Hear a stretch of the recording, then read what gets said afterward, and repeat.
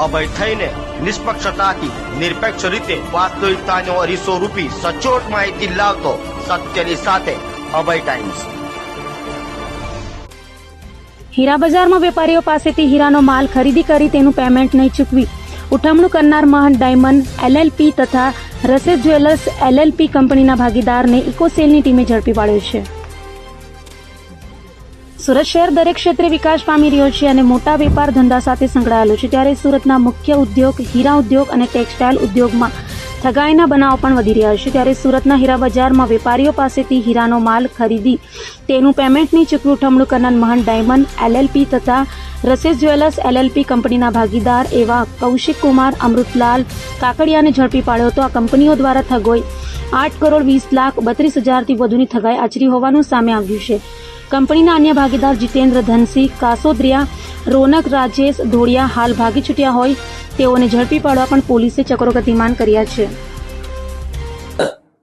સુરત શહેર એ સમગ્ર ભારતમાં હીરાના વ્યાપાર માટે ખૂબ જ પ્રખ્યાત છે અને આખા ગુજરાતમાંથી તેમજ સમગ્ર ભારતમાંથી વ્યાપારીઓ હીરાની ખરીદી અને વેચાણ માટે સુરતમાં આવતા હોય છે અને સુરતમાં તમામ ભારતના રાજ્યોમાં પોલિશ્ડ હીરા તૈયાર કરી અને સપ્લાય કરવામાં આવે છે। આ જ કારણોસર ખૂબ જ મોટા પ્રમાણમાં વ્યાપાર થાય છે અને અમુક જે ક્રિમિનલ્સ, અમુક આરોપીઓ, ગુનેગારો આ જ વ્યાપારમાં ખોટા લાભ લેવા માટે થઈને આવતા હોય છે। એવો જ એ બનાવ સુરતમાં બનવા પામેલ છે, જે અનુસંધાને અમોએ ફરિયાદી શ્રી અનિલભાઈ હિરપરાની ફરિયાદ લઈ અને તેઓની સાથે અહીંના જ સ્થાનિક વસવાટ કરતા આરોપીઓએ અનિલભાઈ અને તેમની સાથે અન્ય સાહેદોને ભોગ બનાવી અને કુલ 8,20,32,320 રૂપિયાની રકમનું છેતરપિંડી વિશ્વાસઘાત કરેલ છે।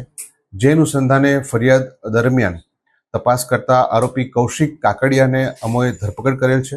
હાલ તે રિમાન્ડ ઉપર છે અને આ ગુનામાં અન્ય 2 આરોપીઓ પણ પ્રાથમિક દ્રષ્ટિએ સંડોવાયેલા છે।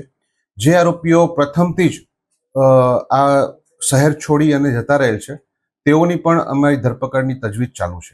છેલ્લા 1 વર્ષમાં ફરિયાદી અને અન્ય સાહેદો સાથે પોતે રેગ્યુલર વ્યવસાય કરી અને વિશ્વાસ કેળવેલો અને ત્યારબાદ ખૂબ જ મોટી રકમમાં હીરાની ખરીદી કરી તેઓએ છેતરપિંડી કરી અને નાસી ગયેલ છે।